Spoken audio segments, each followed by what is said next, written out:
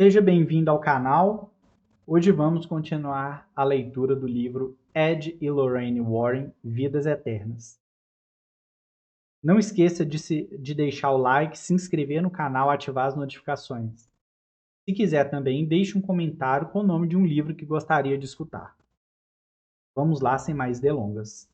Capítulo de hoje: Uma Vida Juntos.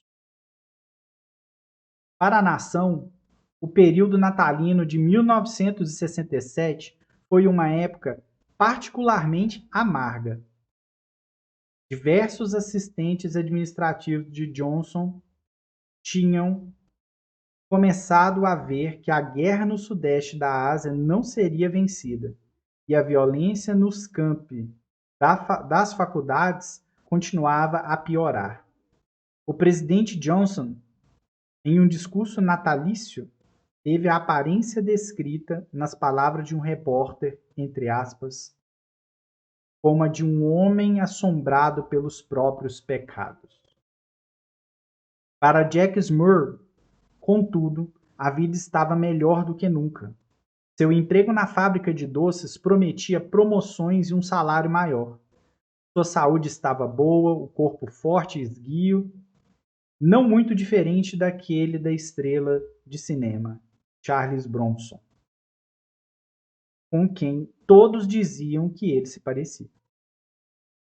Ele tinha muitos amigos e gostava de todos os tipos de esportes, como também de uma ocasional noite bebendo cerveja de baixo teor alcoólico com seus colegas de trabalho.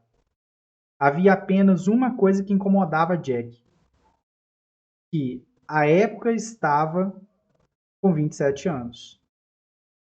E isso era o fato de ainda não estar casado.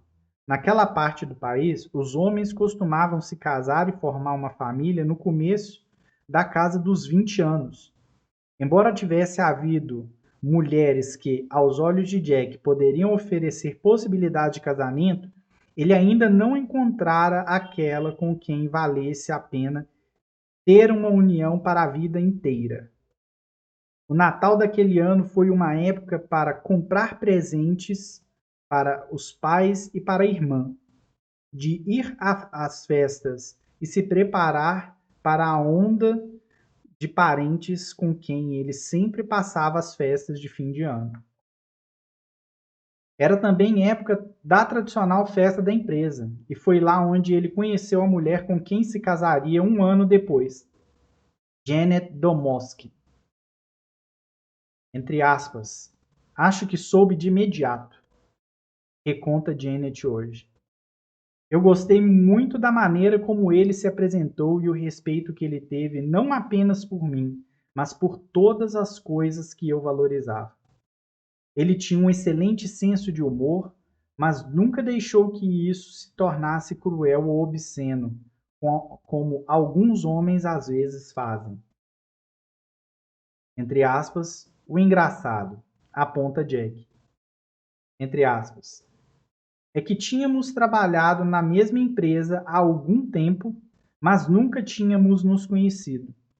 Amigos nossos ficavam dizendo: vá à festa da empresa hoje. E com certeza foi uma coisa boa eu ter ido. Porque caso contrário, eu poderia nunca ter conhecido a Janet. Abre aspas. Compartilhávamos muitas crenças. Fecha aspas. Diz Janet.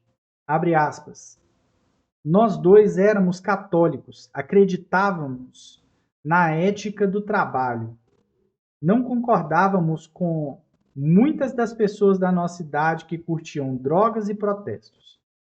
Nós dois queríamos uma família e nós dois queríamos nos certificar de que a família fosse criada da maneira apropriada. Fecha aspas.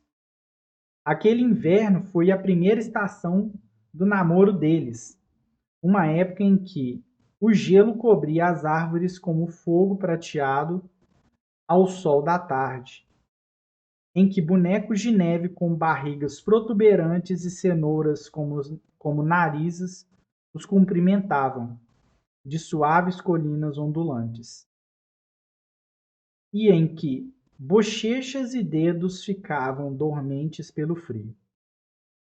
Abre aspas. Deu muito certo o nosso namoro. Fecha aspas. Contempla. Complementara. Abre aspas. Ele avançou depressa, mas não depressa demais. Levamos o tempo necessário para conhecermos um ao outro e descobrirmos o que gostávamos e não gostávamos.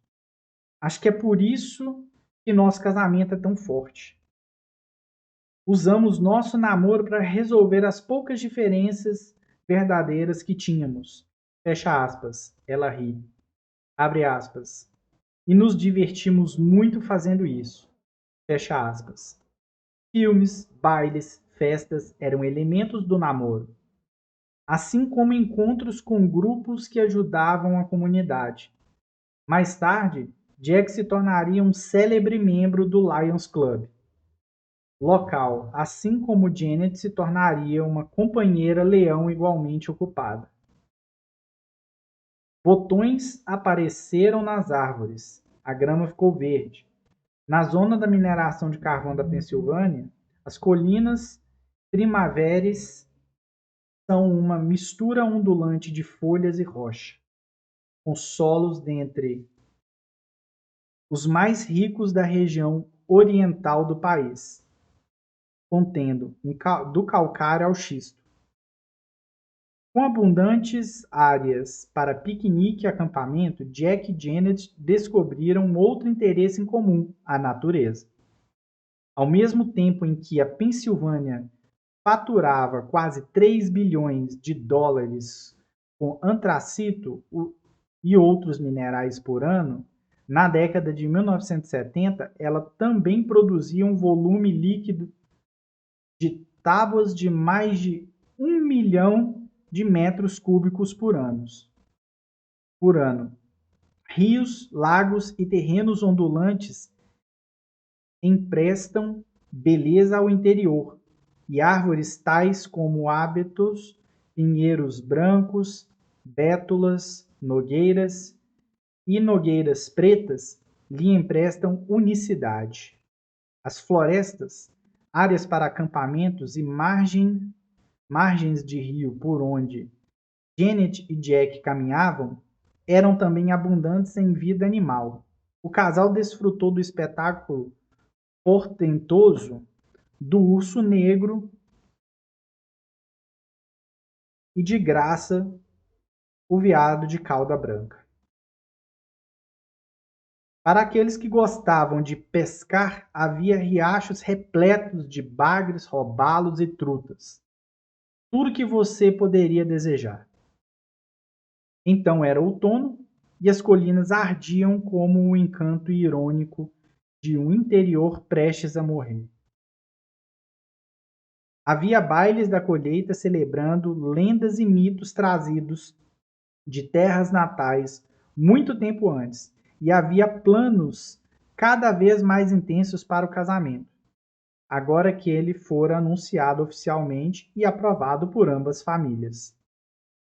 Enquanto Janet e Jack ainda sentiam os maravilhosos prazeres de um novo amor, eles também sentiam a afeição se intensificando e se transformando em confiança e afinidades sólidas. Tanto os pais quanto os colegas de trabalho estavam felizes pelo casal e expressavam isso organizando exuberantes chás de cozinha, jantares e festas. Janet e Jack, por serem católicos, receberam instruções matrimoniais de um dos padres da paróquia local. E então aguardaram o dia com o qual ambos tinham sonhado por quase um ano. Novembro, a primeira neve, o céu cinzento com a mais densa penumbra dos meses de outono, mas nem mesmo novembro conseguiria arruinar o brilho que ardia de modo constante dentro deles. Por fim, época de Natal. Seu verdadeiro significado sendo o nascimento do menino Jesus nos arredores empobrecidos de um estábulo há mais de 2.000 anos, um significado que não se perdeu no dia 28 de dezembro de 1968, o dia do casamento. Abre aspas. Por ser católico, acredito que o casamento é um sacramento, no sentido literal, uma experiência sagrada. E foi sempre assim que o tratamos. Fecha aspas, diz Jack. Havia algo tocante em ver pessoas que tinham labutado com as mãos o dia inteiro, arrumados e vestidos coloridos e smokes, flores vermelhas ou brancas nas lapelas dos homens, corsagens de gardênias ou rosas nas mulheres. E para onde se olhasse, via-se a continuidade da qual a região de mineração de carvão sentia tanto orgulho. Os filhos, a geração futura, dançando no ritmo da música junto de seus avós, e geralmente tendo liberdade para perambular pelo salão. Nas janelas, a luz invernal desvaneceu e a noite caiu, e a música perdeu seu timbre estridente e se tornou mais francamente sentimental. Então os maridos encontraram os braços de suas esposas e renovaram seu amor dançando ao som de canções como Harbor Lights, Tennessee Waltz e The Christmas Song.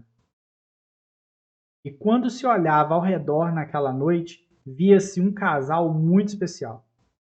O centro das atenções, pelo menos naquele dia, Jack e Janet Smoore eram agora marido e mulher.